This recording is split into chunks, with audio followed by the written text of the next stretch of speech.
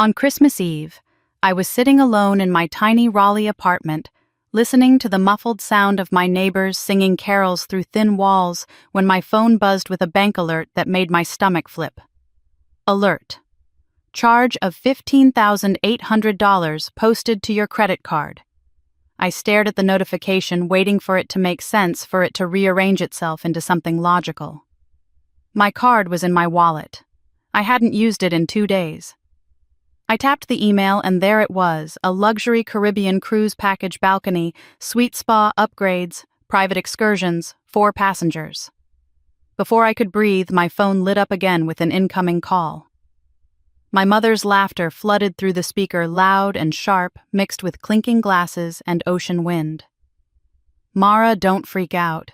It's not like you ever go anywhere anyway. Aubrey deserves something nice." My father shouted in the background, "We're all going Merry Christmas, and thanks for covering it." Then Aubrey giggling, her voice dripping with the entitlement she was practically raised on. "Hope you don't mind, sis. This cruise is gonna change my life." The call ended with my mother's final jab, a laugh-soaked dismissal. "Relax. What's yours is ours." I sat in the glow of the Christmas lights, realizing my own family had robbed me and celebrated doing it. I didn't move for a long time. I just sat there at the small kitchen table in the apartment I'd been forced into after my parents claimed my house as their sanctuary. Outside, someone's kids were building a snowman, and the hum of holiday traffic drifted in, cheerful and warm. Inside, everything felt frozen. My breath, my thoughts, the space around me. $15,800. The number pulsed in my mind like a bruise. They didn't even ask. They didn't warn me. They didn't include me.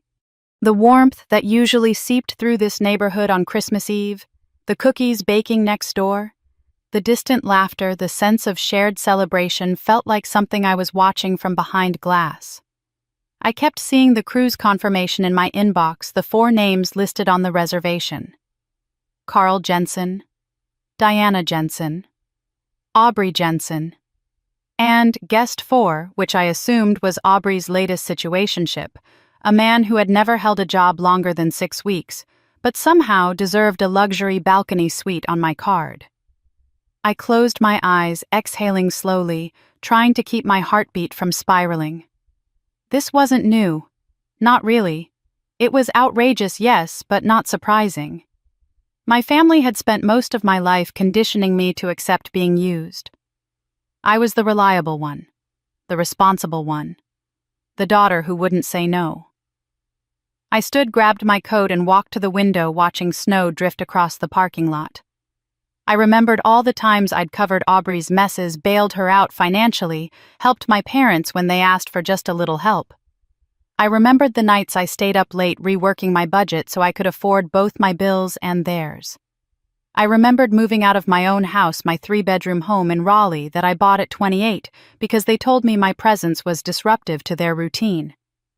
I remembered how they walked through my house like they owned it, shifting furniture, repainting walls, replacing my photos with pictures of Aubrey at pageants, graduations, vacations. I remembered signing the mortgage every month while living in an 800-square-foot rental. My phone buzzed again, this time a text from Diana. "Don't worry, we'll take good care of the house while we're gone." My house. The one I bought. The one I planned to build a future in. The one they turned into a shrine to Aubrey and treated like a family estate they were entitled to. The way she wrote it, as if it belonged to them, as if I should be grateful they were occupying it, hit me harder than the charge on my card. I sat back down, placing the phone screen down on the table, feeling something shift inside me. Not anger, not the usual mix of guilt and frustration, something colder, clearer, a kind of emotional sobriety I hadn't felt in years. I wasn't imagining things. I wasn't overreacting. This was exploitation. It had always been exploitation. And for the first time, instead of trying to justify it or rationalize it or excuse it, I simply let the truth land. I stood and walked toward the narrow bookshelf where I kept my old journals. I opened the latest one, flipped to the most recent blank page, and wrote a single sentence. "They don't see me as family. They see me as a resource. The words felt heavy and liberating at the same time. It was the first honest thing I'd said to myself in years. Closing the journal, I looked around the apartment one more time. The chipped countertops, the dim lights, the cramped space I never wanted but settled for because my parents told me I should. And then I walked back to my laptop, opened it, and typed into the search bar, "How to sell a house quickly in Raleigh, NC." The screen glowed back at me, illuminating the new resolve taking shape in my chest. If they wanted to treat me like an ATM, then they were about to learn what happened when the machine stopped dispensing. I woke up the morning after Christmas with that same hollow pressure sitting on my chest, the kind that made breathing feel like swallowing cold air. For a brief second, I forgot what had happened. Then the memory of $15,800 disappearing off my credit card came rushing back. The betrayal wasn't new, but the scale of it made everything look sharper, colder, and painfully familiar. It reminded me of every moment growing up when my needs were treated like background noise. I made coffee and sat at the tiny table again, wrapping my hands around the warm mug. The bitterness grounded me, pulling me back into the present. But my mind refused to stay here. It dragged me into the past, to Charleston, South Carolina, where all of this conditioning began. I grew up in a small 2-story house with blue shutters and a porch swing my father fixed every spring. It looked picture-perfect on the outside, but the inside was a one-directional stage show starring my sister Aubrey, the golden child of the Jensen family. Aubrey was born 2 years after me, all blonde curls and bright blue eyes, everything my mother loved to flaunt. "She's our little star," Diana would say to neighbors, relatives, strangers at the grocery store. I was the quiet one, the practical one, the one who handed over her allowance when bills were tight or cleaned up after Christmas dinner while everyone else napped. Aubrey danced, sparkled, smiled. I worked. That was the dynamic from the beginning. I remembered one Christmas clearly. Aubrey was 7, I was 9. She unwrapped a Barbie Dreamhouse multi-level complete with the elevator and the convertible car. I opened my gift to find a discounted craft kit with half the paint tubes already cracked. My mother said, "You like art, don't you?" and went back to watching Aubrey squeal. That was the year I learned not to expect fairness, especially not on holidays. Birthdays weren't much different. When Aubrey turned 8, she got a brand new pink bicycle with streamers on the handlebars. When I turned 10, my parents said money was tight, but I could borrow Aubrey's bike whenever she wasn't using it. She never wasn't using it. And when she finally threw a tantrum about wanting the bike to herself again, my father gently told me, "You need to set a good example. You're older." That became my identity, the example. The helper, the one who understood, the one who didn't need as much. I worked part-time jobs as soon as I was legally old enough. Babysitting, grocery bagging, waiting tables to buy my own school supplies, clothes, even my first phone. My parents praised my independence, but they ensured Aubrey never grew any. They covered her college application fees, her car insurance, her senior trip. When she got caught shoplifting at 13, my parents shielded her so fiercely you'd think she was the victim. When my grades slipped because I was juggling school and work, Diana said, "You'll figure it out. You always do." I used to think they believed in me. Now I know they relied on me. I remembered overhearing Diana talk to a neighbor when I was 16. "Aubrey has such a bright future ahead," she said proudly. "Mara will be fine. She doesn't need much." I stood on the stairs frozen, hearing myself reduced to a placeholder, someone expected to survive on scraps of attention, someone whose dreams required no investment. That was the first time something inside me cracked. College only made the contrast clearer. I attended a state university on scholarships and 3 part-time jobs. Aubrey went to a private art institute because she needs the right environment to flourish. They visited her every month. They never visited me. When I asked my father why, he said, "You're strong. You don't need us hovering." Translation. Aubrey required hand-holding. I required nothing. After graduation, I landed a stable job at an auditing firm and started sending money home whenever Carl claimed he needed help. Aubrey bounced between cosmetology school, boutique, retail, travel blogging, each phase ending in a financial disaster, each one cushioned by my parents and my savings. Diana constantly reminded me family helps each other. Funny how family always meant me sacrificing them receiving. The biggest shift came when I bought my house in Raleigh. I was proud of it, 3 bedrooms, a fenced yard, hardwood floors in the living room. It was the first thing I ever had that felt like a reward for years of grinding alone. Then Carl lost his job. Diana called crying, claiming they'd be homeless. They needed 6 months max. I said yes because that was my role. 6 months became a year. A year became 3. My home slowly transformed into something that reflected them, not me. Aubrey's photos filled the walls. My mother turned the 2nd bedroom into her craft room. Carl used the garage like it was his personal workshop. When I suggested moving back into my own house, Diana arched her brow and said, "Mara, don't disrupt our routine. You have your own place." Worst of all, I accepted it. I kept the peace. I let myself be erased in my own home. Sitting at my little apartment table now, I felt the weight of all those years settling like dust on my skin. The cruise charge wasn't the first betrayal. It was the last straw in a lifetime of them. I stared at the steam rising from my coffee, thinking how strange it felt to be 32, and only now realizing that my family had never seen me. Not really. They saw what I did for them, what I provided, how little I complained. I opened my journal to the sentence I wrote the night before. They don't see me as family, they see me as a resource. I added a second line beneath it. I deserve a life where I matter. The words didn't feel dramatic. They felt overdue. I closed the journal, stood, and took a slow breath. If I didn't change the pattern now, I knew with absolute clarity that they never would. I drove back to the house the day after Christmas, gripping the steering wheel a little too tightly as I turned into the quiet cul-de-sac.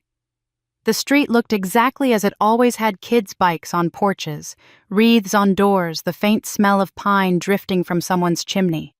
But as I pulled into the driveway of my own home, the one place I once imagined building a future, something in me felt foreign and unwelcome. My parents were still on their cruise, so the house stood silent, blinds drawn, lights off. I let myself in with the spare key I'd never returned, stepping into the stillness that should have felt like mine, but didn't.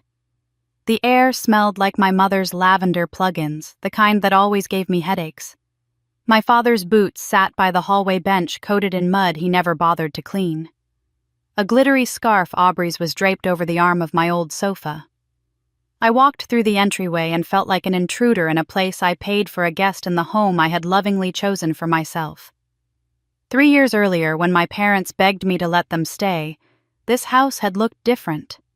It was warm, hopeful, a symbol of everything I had worked for through college, through long nights at my auditing job, through sacrifices I didn't think twice about. They cried when they moved in, claiming they'd lost everything and had no one else. Just 6 months, Mara, they promised. A year at most, until your father gets back on his feet. I believed them because I wanted to. Because daughters like me always want to. 6 months turned into years so quietly, I didn't notice the exact moment the house stopped belonging to me. It started with small things: my mother asking if she could move her craft supplies into the spare bedroom, my father storing just a few tools in the garage. Then the small things grew. My office became Aubrey's wardrobe room when she needed space while finding herself. My master bedroom was turned into Diana's meditation room because she needed peace for her nerves. My photos were taken off the walls and replaced with shots of Aubrey posing on beaches, at concerts, on trips I never knew about. I walked down the hallway now, studying the framed photos. Every single one featured my parents and Aubrey. Aubrey at prom. Aubrey at her short-lived photography phase. Aubrey blowing out candles at a birthday party I wasn't even invited to. There wasn't a single image of me, not even from my college graduation. I wasn't erased by accident. I was edited out on purpose. I wandered into what used to be my office. Clothes were piled everywhere, makeup palettes open on the desk, a ring light set up in the corner. A handwritten note taped to the wall read, Aubrey's room, do not move anything. The double exclamation points felt like a knife. This wasn't a home, it was a shrine to her. I went into the living room and opened a drawer in the TV console. Stacks of unopened mail, spilled out bills, notices, forms, all addressed to me. Property tax statements, mortgage paperwork, utility notices, some with late fees. They never told me. They just let them pile up knowing I'd eventually discover them and pay. A familiar anger rushed through me, but this time it didn't scare me. It clarified everything. Curiosity, or maybe dread, pulled me into my father's workshop. It used to be my organized garage with neatly labeled storage bins and a rack for tools I actually used. Now it was chaos. Manuals scattered, nails, extension cords tangled like vines. I opened the bottom drawer of his old desk and found a stack of printed documents labeled Property Important. My heart kicked hard. I lifted the papers. Inside were photocopies of the deed, my name alone on every page. Next were handwritten notes in my mother's script circled with red pen. Add Aubrey as beneficiary later. Ask lawyer about transfer options. Prepare her room when she moves back home. My throat closed. They hadn't just acted like the house was theirs, they were planning to pass it down to Aubrey as if I didn't exist. A knock on the side door startled me. I turned to see Mr. Reed, the neighbor from across the street, bundled in a winter coat. "Didn't expect to see you," he said with a friendly smile. "Your parents told us they were handling everything here while you were off living your busy life." I forced a tight smile. "Just checking on things." He stepped closer. "They mentioned they're thinking of refinancing soon. Said once Aubrey settles down, the house will be perfect for her and her future kids." He chuckled warmly as if this was charming, as if this wasn't a theft in slow motion. I thanked him, closed the door, and leaned against it, my pulse thudding. They had rewritten the narrative so completely that even the neighbors believed the house was theirs. I walked through one last time, letting myself feel every sting, every wound, every moment I had ignored for years. The lavender scent, the photos, the clutter, the erased spaces, evidence of how easily my family had pushed me out of my own life. Standing in the living room, my living room paid for by my salary, my sacrifices, my name on the deed, I whispered aloud for the first time, "This is my house." The words felt foreign, but they felt right. I stepped outside onto the porch and looked around the neighborhood. A sold in 3 days sign 2 houses down swayed in the breeze. A quiet spark flickered in my chest, a small flame that had nothing to do with revenge and everything to do with survival. If they wanted to treat me like I didn't exist, then it was time to remove myself from their story and take my house with me. I barely slept that night. Every time I closed my eyes, I saw my mother's laughing face as she said, "What's yours is ours," and felt that cold, flat finality in her tone. By the time the sun pushed through the blinds the next morning, I already knew I couldn't go through another year, another day, letting them take pieces of my life without hesitation. I sat at my tiny kitchen table again, coffee cooling untouched, and stared at the manila folder I had taken from the house. It rested there like an accusation. I opened it again slowly. The photocopy of the deed sat on top. My name alone. No Carl Jensen. No Diana Jensen. No Aubrey. Just mine. The legal truth staring back at me, stark and undeniable. Beneath it were my mother's notes, some written in her delicate cursive, others scribbled hastily like she was trying to hide her intentions even from herself. "Ask about transfer options," she wrote. "Aubrey future beneficiary. Keep Mara from interfering." One line underlined twice made my throat tighten. She doesn't need this house. Aubrey does. It wasn't the first time my mother had chosen my sister over me, but it was the first time she tried to erase me from something I paid for with my own life, my own hours, my own exhaustion, my own hope for independence. I picked up my phone with trembling fingers and dialed her number. She answered on the second ring, her voice breezy and warm, as though she hadn't stolen nearly $16,000 from me less than 48 hours earlier. Mara, I've been waiting for you to call. The weather here is perfect sunny every day. Aubrey looks stunning. I took pictures. You'll love them.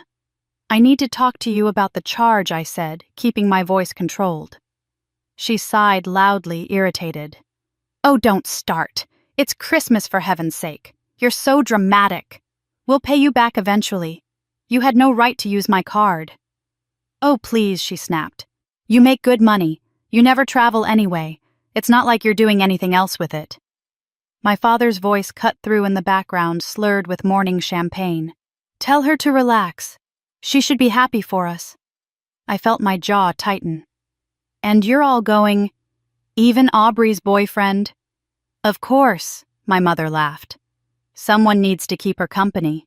And it's a family trip. A family trip I wasn't invited to, I said quietly. There was a brief silence. Then she said, Mara, you're always busy with that job of yours. You wouldn't have enjoyed it. Besides, what's yours is ours. That's how family works. Something inside me went still. It wasn't anger this time. It was clarity, cold, sharp, undeniable.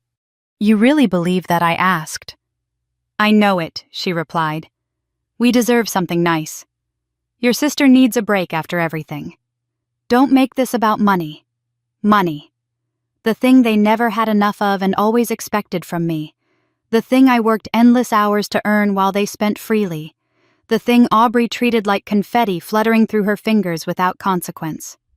My voice came out calm, steady, almost serene.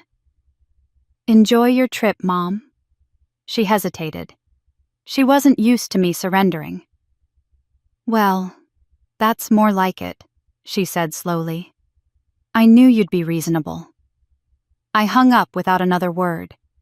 The apartment fell silent again, the kind of silence that feels like the world waiting for your next decision.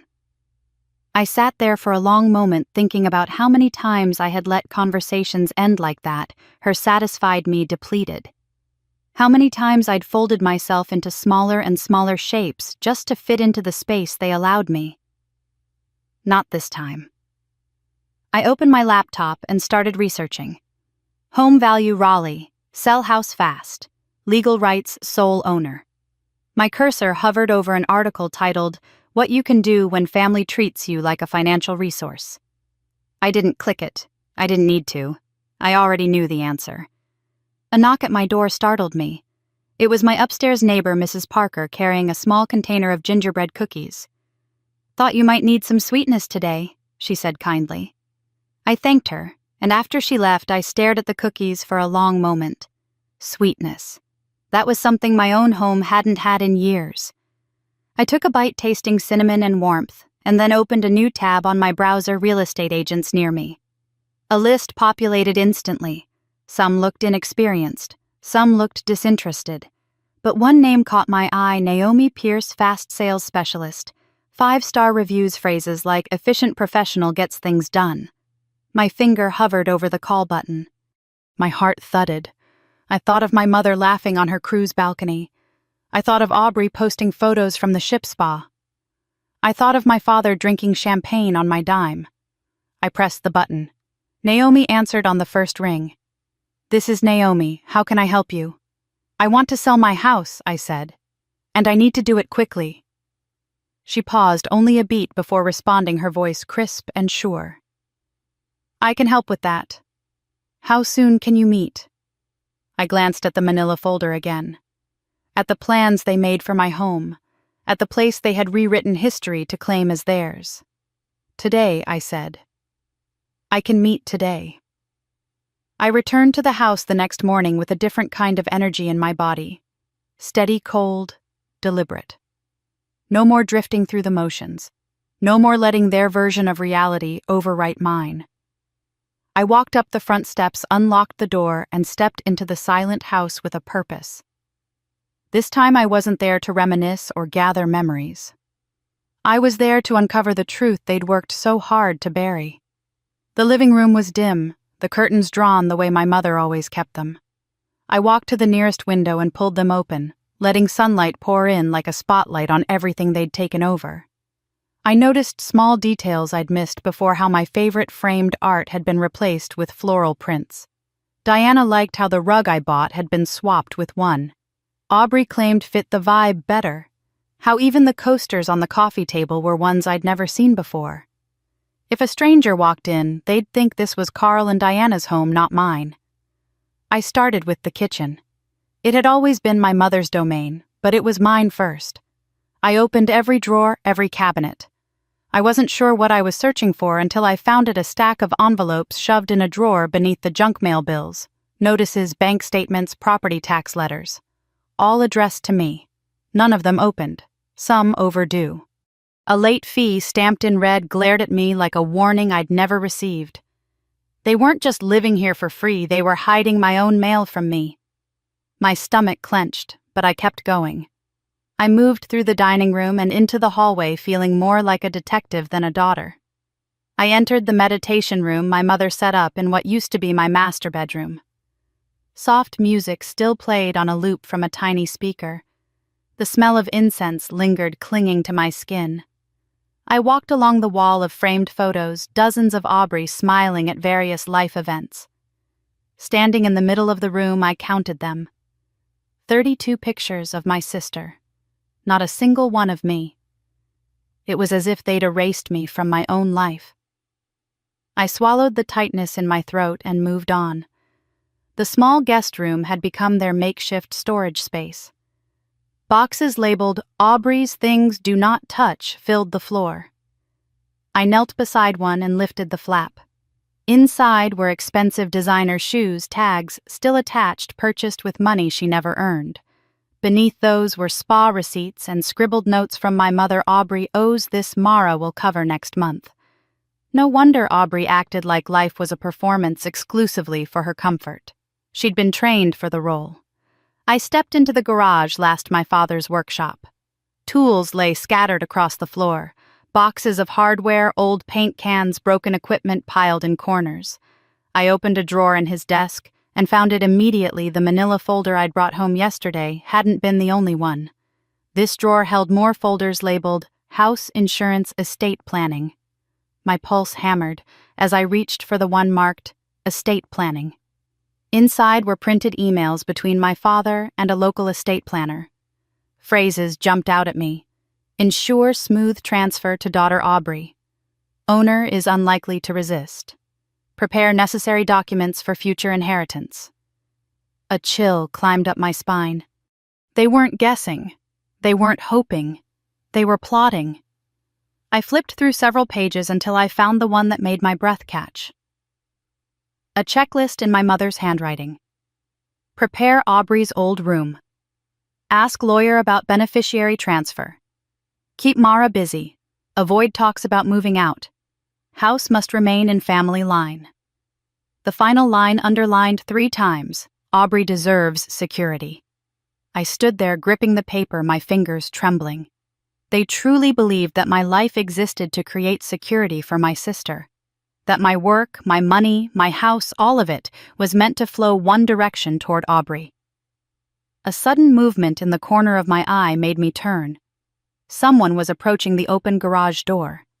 It was Mr. Reed, my neighbor, carrying a bag of salt for the icy sidewalk. He smiled warmly. "Morning, Mara. Didn't expect to see you until the new year. Your parents said they've got big renovation plans for the spring. Something about refinishing the kitchen. Sounded exciting." My mouth went dry. "Renovation plans." "Oh yes," he continued casually. "And they mentioned something about getting the upstairs ready for when Aubrey moves back in. Said the house will be perfect for raising her kids."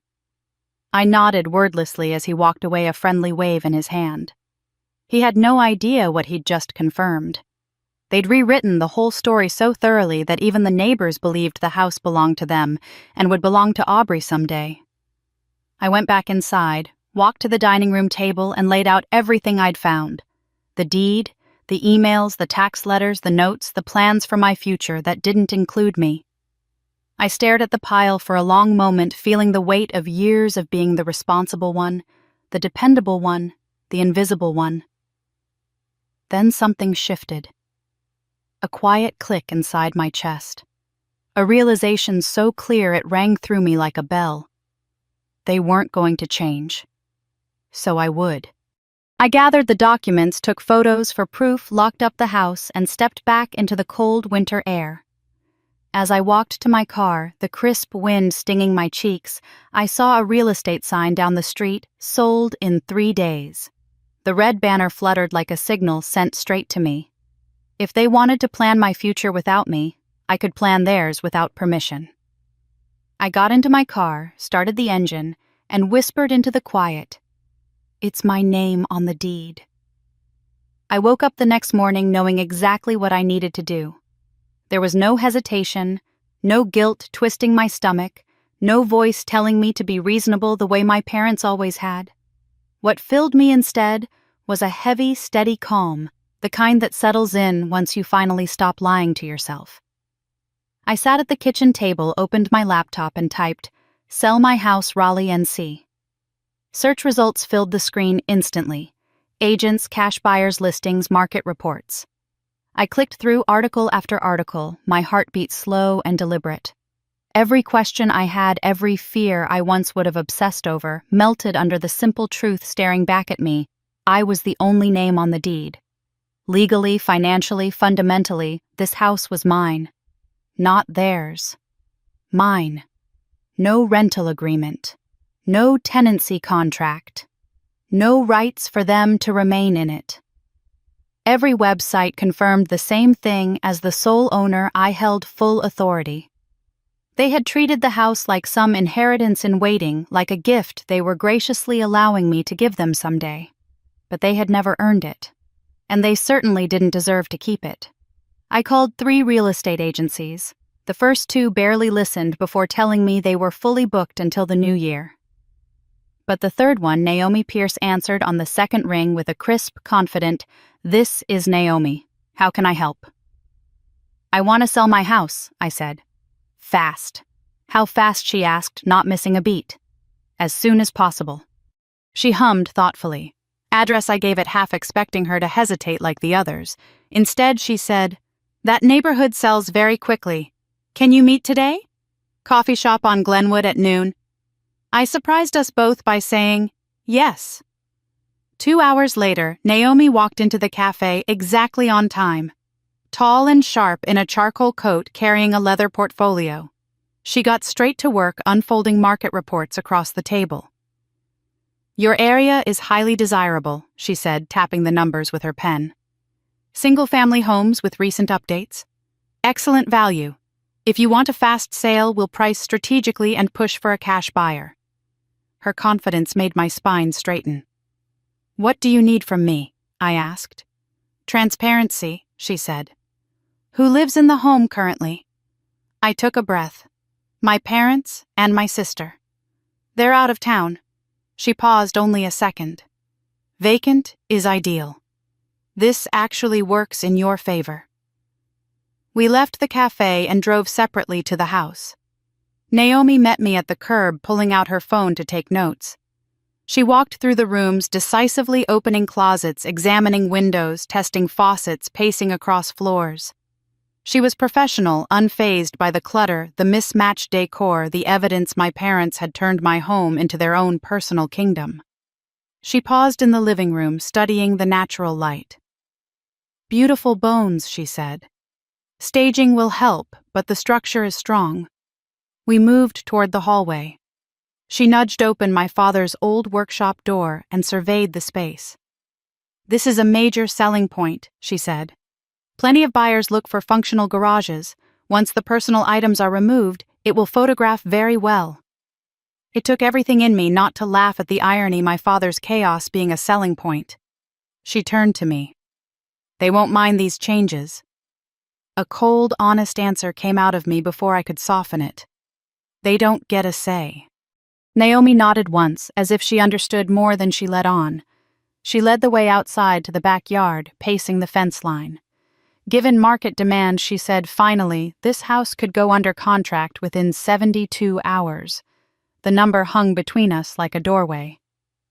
"Are you ready for that?" she asked.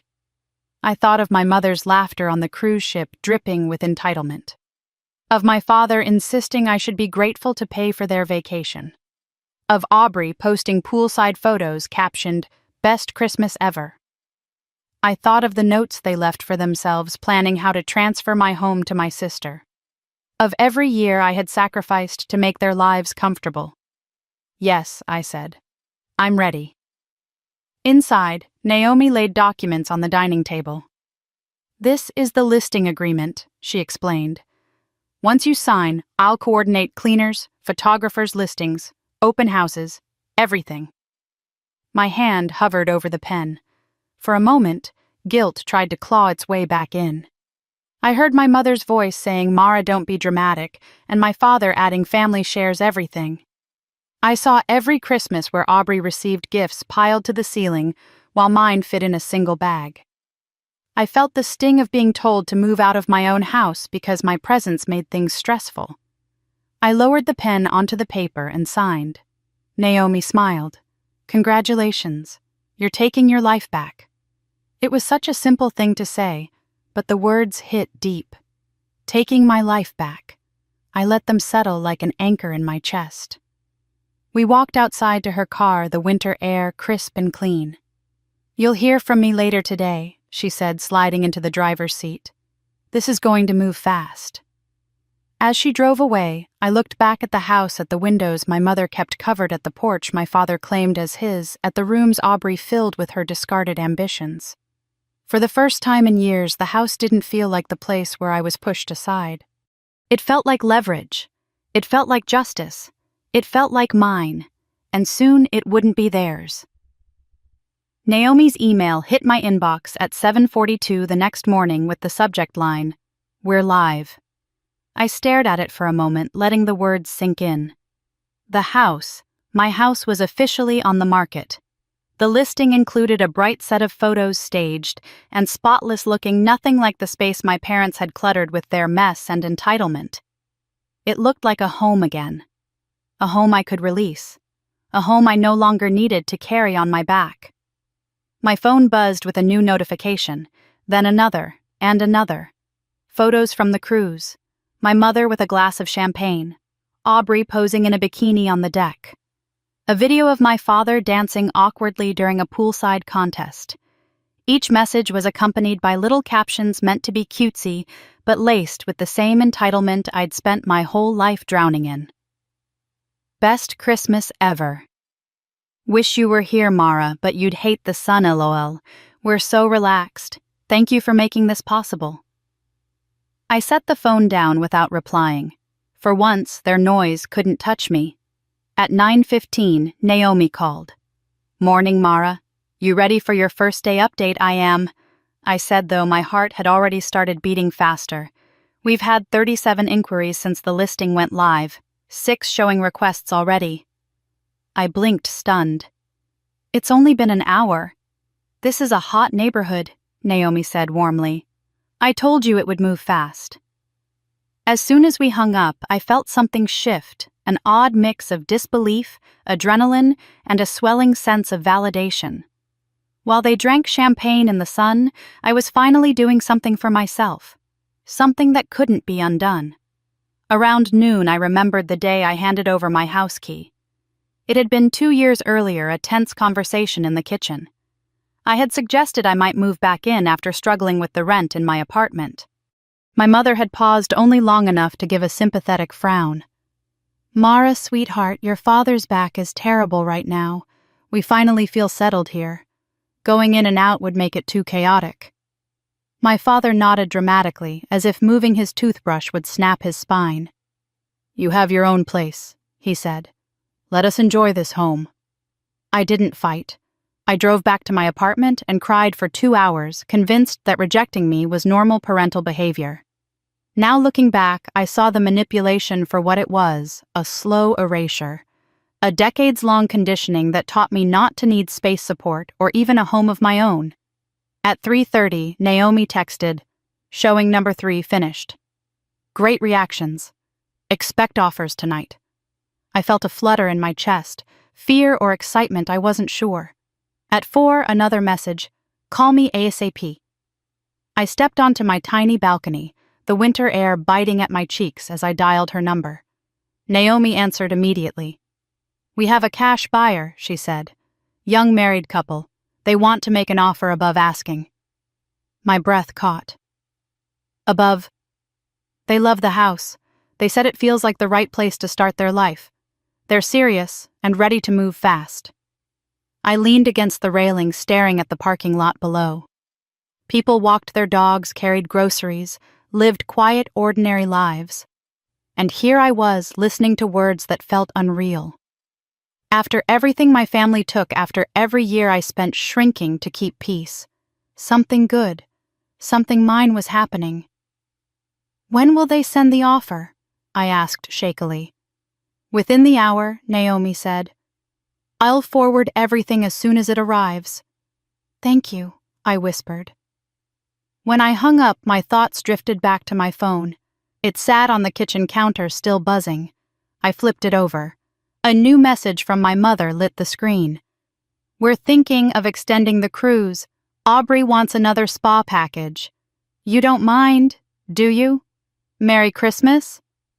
They had no idea. No idea that while they were celebrating with piña coladas, the ground beneath them had shifted. No idea that the home they treated as their entitlement was already being walked through by buyers. No idea that the door they locked behind them before leaving would no longer belong to them when they returned. At 5:51, Naomi called again. "The offer's in. Full cash. 20,000 above asking. Closing can happen in a week." I closed my eyes, letting the words wash over me like warm water. A week. All the years I spent being invisible, forgotten, overlooked, and now everything was moving with a momentum I couldn't have imagined even days ago. "When can we sign?" I asked. "Tonight, if you're available," she replied. "Or tomorrow morning." "Tonight," I said. "I want this done." I met Naomi at her office as the sun dipped behind the Raleigh skyline, painting the sky in streaks of deep orange. The conference room was quiet, polished, filled with soft lighting and neatly stacked paperwork. Naomi walked me through each page purchase agreement, closing timeline contingencies. My hand trembled only slightly as I picked up the pen. Every signature felt like reclaiming a piece of myself. When I signed the final page, Naomi clasped her hands together. "Congratulations, Mara. You just sold your house." I breathed out slowly, almost laughing. "Thank you," I said. "Really." She packed the documents neatly. "This is a new chapter. You did the right thing." Outside, the night air felt electric, crisp, clean. Like oxygen I hadn't breathed in years. I stood by my car watching the lights flicker across the street, feeling something inside me unfurl. My parents once told me that family shares everything. They were about to learn what happened when that sharing was no longer one-sided. Let them enjoy their luxury cruise, because when they came home, everything would be different. Closing day arrived with the kind of quiet that feels like the world is holding its breath. I woke before my alarm, dressed without turning on the TV, and drank my coffee in absolute stillness. My house would no longer be mine by noon, and the strangest part was that I didn't feel fear. Not guilt, not conflict, just a clean, precise sense of finality, like I'd reached the end of a sentence I'd been trying to finish for years. I drove to the property a little earlier than Naomi had requested. The familiar sound of gravel under my tires echoed through the empty driveway. I stepped out and stood in front of the house, taking in the siding I repainted myself, the porch I once decorated with pumpkins in the fall, the windows I imagined my future kids drawing paper snowflakes for at Christmas. Dreams I'd tucked away, dreams my parents had trampled on. I pushed the thought aside and unlocked the front door. Inside the house felt hollow, stripped of the clutter they'd filled it with. The stagers had done their job well. Everything looked neutral, warm, inviting. For a moment I remembered walking through the home for the first time long before it became a battlefield. I remembered the excitement of picturing where my furniture would go, how I'd furnish the guest room, how I imagined hosting holidays. That version of me felt so far away. I walked through each room, slowly making sure I hadn't left anything behind. In the pantry, I found a small tin I'd forgotten about my grandmother's old cookie cutters. I held them in my hand, feeling a sudden sting of nostalgia. The last thing I baked in this house had been a batch of sugar cookies before my parents told me they were taking over the kitchen for stress reasons. I put the tin in my bag. In the hall closet, I found something I didn't expect, an envelope with my name on it postmarked 3 months earlier. I opened it with the edge of my nail. Inside was a refund check from my insurance company, just over $700. They'd intercepted even this. My parents hadn't bothered to tell me it came. I stood there a moment, letting the small betrayal settle into the larger one.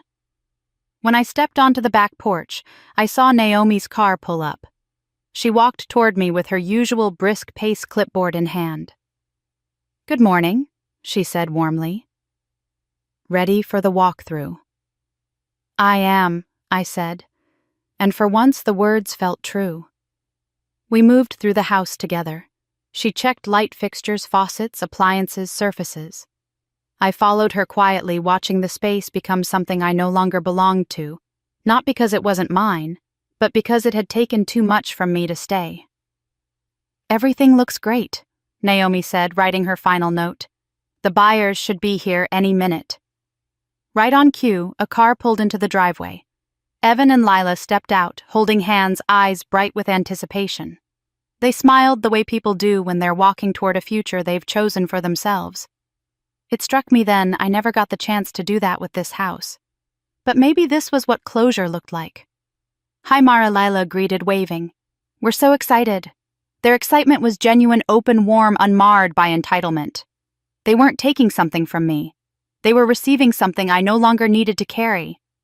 Inside, they moved gently through the rooms, pointing at details, imagining furniture, talking about where the crib would go when they eventually had kids. The smallest bedroom, they said. The one Aubrey had once declared too tiny for someone like her. "You've taken great care of this place," Evan said. I almost laughed. If only he knew how much care went into saving it from the people who lived in it. When they walked up the stairs, I stayed behind, standing in the sunlit hallway. I could hear their voices drifting through the rooms, hopeful, eager, filled with the kind of joy this house was meant to hold. Something inside me softened. For the first time, the house felt like it was going to be loved properly. Back at the attorney's office, the paperwork spread across the polished table like a roadmap. Naomi sat beside me, explaining each page, while Evan and Lila sat opposite, fingers intertwined. The attorney's pen clicked once. "Are we ready to sign?" he asked. I nodded. I signed my name again and again, each stroke of the pen cleaner steadier. By the final signature, I felt lighter, as if shedding the invisible weight I'd carried for a decade. "Congratulations," the attorney said. "The property now officially belongs to the Harris family." Evan and Lila beamed at me with gratitude. "We promise to take good care of it," Lila said softly. I smiled back. "I know you will." When I walked out of the building into the cold December air, my phone buzzed. It was a message from my mother. "Thinking of staying a few extra days, Aubrey wants another spa package. You can cover it, right? Merry Christmas." I didn't respond. Instead, I turned the phone over and watched the screen dim. They were still living in the fantasy they built on top of me, never knowing the ground had shifted beneath them. I got into my car, started the engine, and looked back at the attorney's office through the windshield. Everything was done. Final. Irreversible. My name was no longer tied to the place my family had twisted into their entitlement. I drove away feeling something I hadn't felt in years, freedom sharp and bright as winter sunlight. Let them enjoy their cruise, I thought, because when they came home, the life they scripted for themselves would be gone. Their cruise ship docked just after sunrise, the sky streaked pink and gold as travelers shuffled off with sunburned skin and tangled hair. My parents were among them, dragging matching suitcases and complaining loudly about the early hour. Aubrey filmed a short video for her social feed, pouting into the camera as she said, "Back to reality." Boo! My father laughed and clapped her on the back. Reality isn't so bad when you've got a home waiting for you. Home. They said the word like it belonged to them. They boarded their flight still glowing from the luxury they hadn't paid for. Diana texted me a photo of herself leaning against the railing of the ship captioned, "Best Christmas ever. You missed out." An hour later, heading home. Hope the house is warm, and finally from Aubrey Sis, "Can you refill your card? I want to buy duty-free perfume." I didn't answer. Not then. Not ever again. When their Uber pulled into the driveway of what they still believed was their house, the winter sun was low and sharp, reflecting off the windows. Aubrey shivered dramatically as she stepped out. Diana muttered about the cold. Carl grumbled as he reached for the house key he'd proudly insisted on keeping because I'm the man of the house. He jammed the key into the lock. It didn't turn. He tried again harder. The metal scraped loudly. Diana rolled her eyes. "Carl, honestly, you always break things. Let me do it." She tried. Nothing. Aubrey sighed. Maybe the lock froze. Ugh, this neighborhood. Carl knocked on the door, annoyed. "Open up," he shouted, as if the house would obey. Footsteps approached from inside. The handle turned. The door opened. And instead of me, or the version of me they imagined cowering on the other side there, stood Lila Harris wearing a cozy sweater, her hair in a loose bun, a mug of coffee warming her hands. She blinked at the three strangers on her porch. "Can I help you?" Carl puffed out his chest. "We live here." Lila frowned. "I'm sorry." "What?" "We live here." Diana repeated, her voice rising. "This is our home." Behind Lila, Evan stepped into view. "Is something wrong?" Carl barked. "Why are you in our house?" Lila and Evan exchanged an alarmed look before Evan answered calmly. "Sir, we closed on this home yesterday." Diana froze. Aubrey's mouth fell open. Carl shook his head violently. No, that's impossible. We've lived here for years." Lila opened the door a little wider and held up a folder, the closing packet Naomi had given them. Page after page showed their names, their signatures, their official ownership. Diana's skin went pale. Aubrey burst into tears, instantly wailing like she had as a child denied a toy. "This must be some mistake," Diana snapped. "We're calling the police." Ironically, someone else had already done that.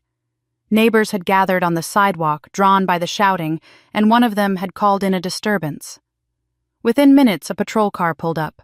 An officer stepped out, calm but firm. "What seems to be the issue here?" Carl jabbed a finger toward the house. "These people broke into our home." The officer asked for IDs, looked at documents, ran a quick database check. Then he straightened his voice final. "Sir, according to county records, the Harris family are the legal owners of this property. You are trespassing. You need to leave immediately." Diana fell apart, sobbing uncontrollably. Aubrey clung to her suitcase, tears streaming down her face. Carl sputtered, turning red. "There must be some mistake. Our daughter owns this house." The officer shook his head. "Not anymore." Aubrey grabbed her phone. "Call Mara." "Call her." Carl dialed my number. I didn't answer. Diana tried. I didn't answer. Aubrey tried. Straight to voicemail. Meanwhile, the Harris family apologized politely to the police for the confusion and gently closed the door. The lock clicked. My parents remained on the porch, their suitcases at their feet, their dignity collapsing in pieces. Back in my apartment, I sat on my couch, staring at my phone. The screen was lit up like a Christmas tree, texts, missed calls, voicemails. 50 missed calls in less than 6 hours. I finally played the first voicemail. "Mara, call me back right now," my mother's voice snapped. "Something strange is happening. People are in the house. You didn't tell us anyone was renting it." The second was angrier. "Fix this. You hear me? Fix this." The third came from Aubrey, frantic and high-pitched. "Why are strangers in our house? What did you do?" I scrolled forward. By voicemail 10. My mother's voice had changed. It cracked with fear. "Mara, please. We don't understand. The police made us leave. Call us back. You can't do this to us." By voicemail 15, the anger was gone. Only panic remained. "We have nowhere to go. We're at a motel. Your father's card isn't working. Please, please call." I sat in silence, my thumb hovering over the delete button. Then I pressed it. One voicemail disappeared, then another, and another. One by one, I erased their cries, their demands, their manipulations, years of guilt compressed into digital fragments I no longer needed to carry. Outside my window, the world moved on. Cars passed. Kids laughed. Someone took their dog for an evening walk. Inside, I felt nothing but an indescribable lightness. They were finally facing consequences. Consequences I didn't need to mediate, soften, or rescue them from. I set my phone down, turned off the volume, and packed my last bag for my flight the next morning. For the first time in years, their chaos was not my responsibility. This time, I was choosing myself. I left Raleigh before dawn, the sky still dark enough that the city lights blurred into soft halos on the wet pavement. I didn't bother turning on the radio. The silence felt cleaner, lighter. My car was packed with just 2 suitcases and a box of essentials. The rest was either donated or already shipped to Boulder. I didn't look back as I merged onto the highway. I'd already left that version of myself behind. Raleigh faded into the distance as the airport signs appeared. I parked, hauled my luggage inside, and checked in without the familiar knot of dread that had lived in my stomach for years. At the gate, I sat by the window watching planes taxi and lift into the sky one after another, each one shedding the ground beneath it. I felt like I was doing the same. I turned my phone on for a moment, just long enough to see the flood of missed calls waiting like a storm I refused to walk into. Dozens from my mother. Dozens from my father. More from Aubrey. As soon as the notifications finished pouring in, I powered the phone off again. I didn't need their voices echoing in my head as I boarded a flight toward a life they never wanted me to have. The boarding call echoed through the terminal. I grabbed my carry-on and joined the line. My hands shook a little, not from fear, but from something like release. When the plane lifted off, Raleigh shrinking below, I felt a weight loosen inside my chest. I watched the city blur into clouds. Somewhere over Tennessee, a voicemail preview appeared on my lock screen before the phone fully shut off. Only one line played before the device powered down again. My mother's voice cracking through the static. "How could you abandon your family like this?" The accusation slid past me like smoke. For once, it didn't sink in. When the plane landed in Colorado, the mountains greeted me like something out of a postcard. Massive, snow-capped, ancient, and unmoving. I had forgotten what beauty felt like when it wasn't tied to someone else's needs. The cold air hit my face as I stepped outside, sharp and invigorating. I inhaled deeply. This was mine now. I picked up my rental car and drove toward the small Airbnb I'd booked near downtown Boulder. The city buzzed with a soft hum, students biking past, families walking dogs, the scent of coffee drifting from open cafe doors. I parked, hauled my luggage inside, and collapsed onto the bed with a long exhale. For the first time in years, the space around me didn't feel like something I needed permission to occupy. The next morning, after a restless but hopeful night, I walked into the financial consulting firm for my interview. The office was warm, filled with natural light, and decorated with art that looked like it belonged in an actual gallery, not a waiting room. People smiled when they passed me, not because they needed something from me, but because they were simply being kind. The interview itself felt surreal. The hiring manager actually listened when I spoke, asked thoughtful questions, and treated my resume like it meant something. When she said, "Your experience is impressive," my throat tightened. I wasn't used to praise that wasn't attached to obligation. "We'd like to offer you the position," she said an hour later. "If you're interested." "I am," I said, and meant it. Walking back to my Airbnb, I felt taller, lighter, whole. That afternoon, the front desk called my room. "Ms. Jensen. Someone phoned asking for you," the clerk said. "We don't give out guest information, but we thought you should know." My stomach dropped for a moment, instinctively bracing for danger. Old conditioning. Then I breathed out slowly. "Thank you," I said. "I'm not expecting any calls." I hung up and let the silence settle. They were looking for me, searching, scrambling. But their panic wasn't my responsibility anymore. I didn't owe them my location, my safety, or my time. Later, a text came from a distant cousin. "Your parents are staying in a motel. They're fighting nonstop. Aubrey left earlier and hasn't come back. Thought you'd want to know." But I didn't. Not really. That guilt that had once eaten me alive now felt foreign, like a language I no longer spoke. I set the phone aside and went for a walk, letting the cold mountain air clear my mind. The streets were lined with bookstores, small shops, cafes glowing with warm lights. I stopped at one and ordered a latte, sipping it by the window. This life, this quiet, sweet, ordinary life felt like something I'd always been reaching for without realizing it. 2 days later, I started therapy. The first session was harder than I expected. I talked about the house, the years of sacrifice, the favoritism that shaped me, the emotional contortion required to be the good one. The therapist nodded gently and said one sentence that made my chest ache. "What you describe isn't a family dynamic. It's exploitation." Hearing someone else say it calmly and professionally made tears rise unexpectedly. Not grief recognition. "I sold the house," I told her, "and I left."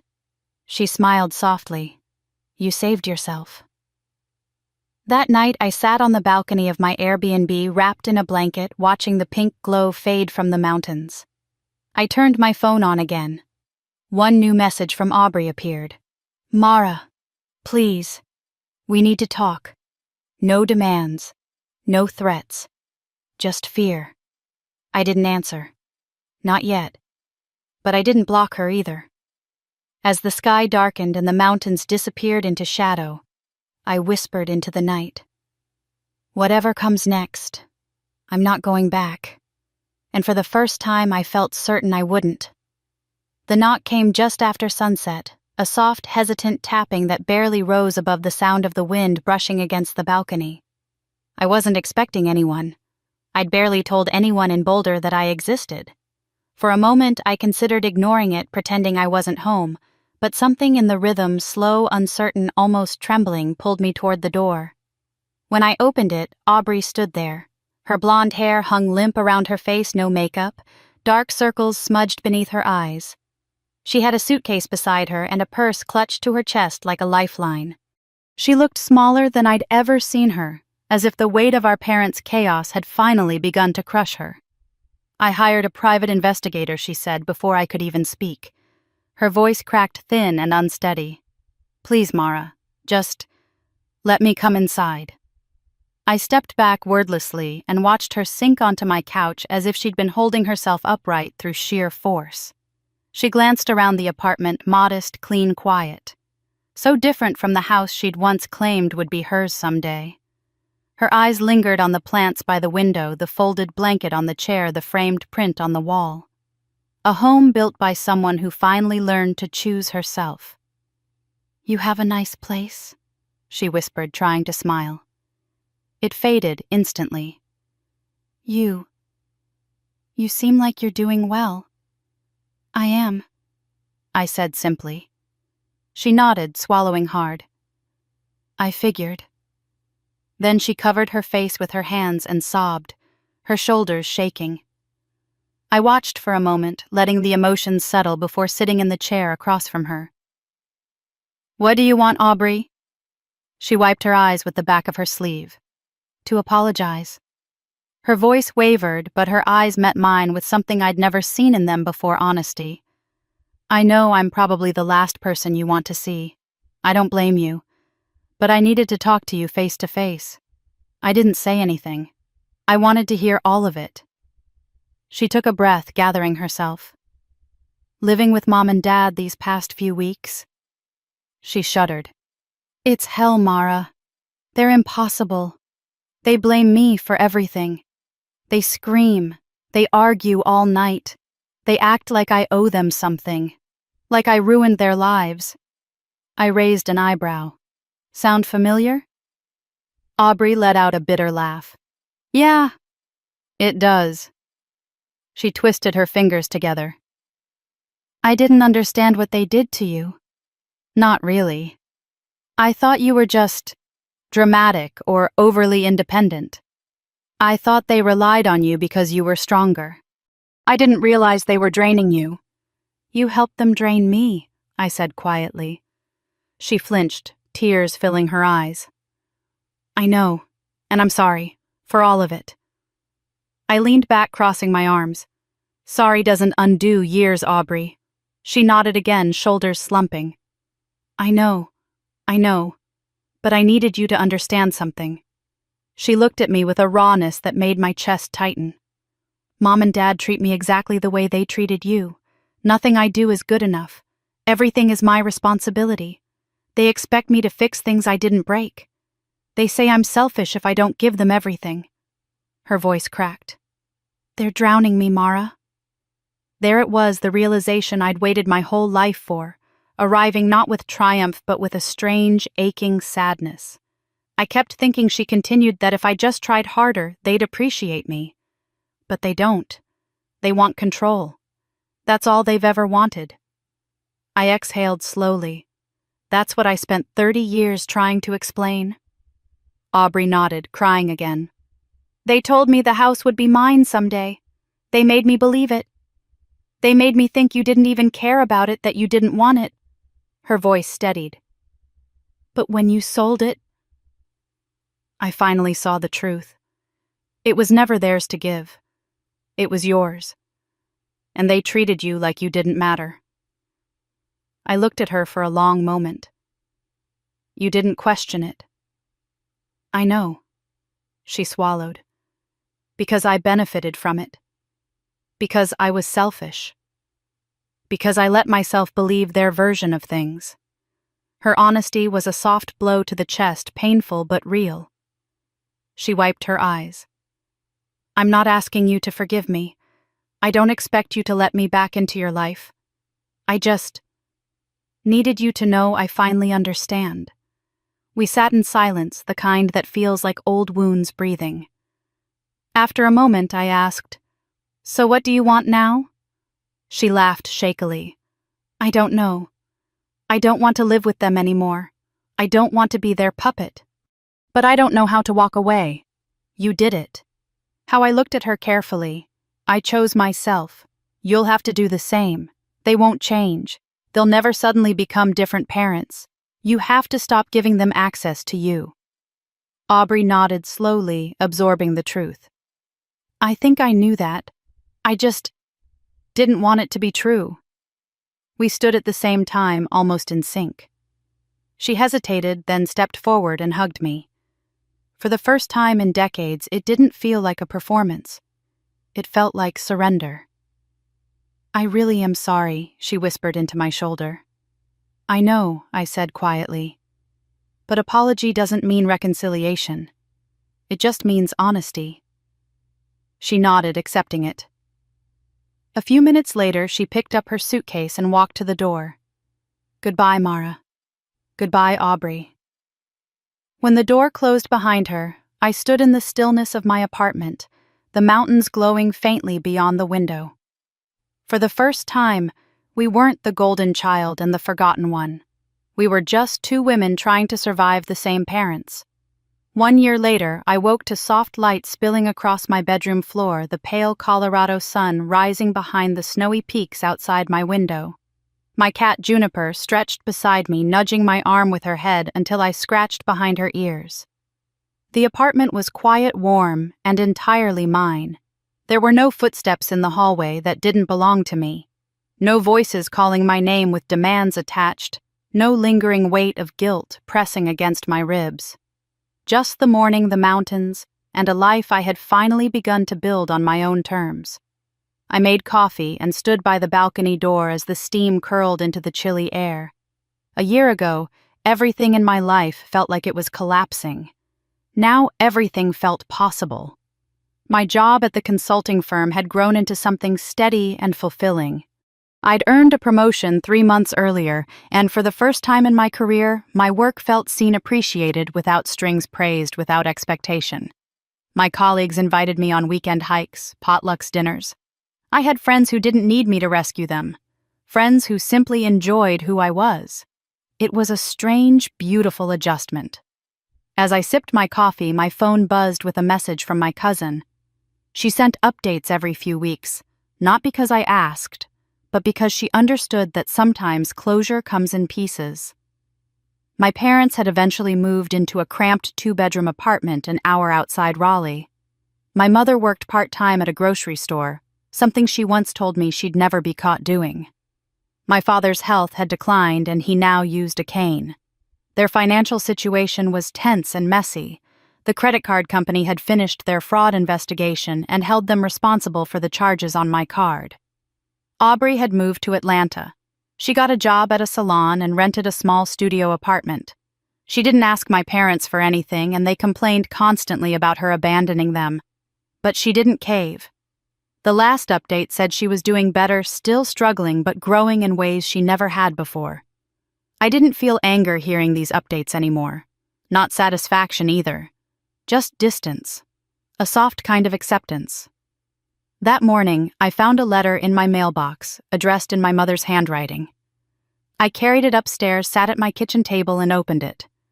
The pages inside were filled with grievances, accusations, dramatic claims that I'd destroyed the family, that I cared more about money than blood, that she'd always acted out of love. There was no accountability, no acknowledgement of the years I spent carrying them. Just the same old script. I slid the letter into my shredder and watched it disappear in thin, curling strips. Some doors are not meant to be reopened. Later in the afternoon, I walked to the local farmer's market. Vendors called out greetings, dogs tugged on leashes, and the air smelled like cinnamon and roasted pecans. I bought fresh flowers and a loaf of sourdough and walked home with a small smile tugging at my lips. The ease of it all still surprised me. Ease wasn't something I'd been allowed to experience while living under my parents' expectations. Ease had been forbidden. Now it was my everyday companion. That evening, I sat on my balcony with a blanket around my shoulders, watching the sun sink behind the Rockies in hues of gold and deep lavender. A breeze carried the smell of pine and cold air. I closed my eyes and breathed in the life I'd chosen. I thought about the house. I thought about the click of the pen as I signed the papers, the moment I packed my last box, the voicemail I deleted, the flight to Colorado, the first night I slept without fear of a phone call demanding something from me. Selling the house wasn't revenge, not really. It was a severing of chains I had worn so long I forgot they were there. It was choosing my sanity over a legacy of obligation. It was the first moment I had ever stood fully in my own life and said, enough. Some people think letting go is cruelty, but sometimes letting go is the only way to survive people who refuse to see you as human. My phone buzzed again. A single text from Aubrey. I hope you're doing well. I'm trying my best too. I read it twice. A small warmth bloomed in my chest. Not reconciliation. Not repair, but truth. She was doing the one thing our parents never taught us to do, try. I typed a simple response. I hope you're okay too. No more. No less. I set my phone aside and looked at the mountains glowing with the last breath of daylight. And for the first time I felt something like peace, deep quiet, unmistakably mine. Sometimes the hardest part of healing is admitting how long you stayed where you were never meant to be.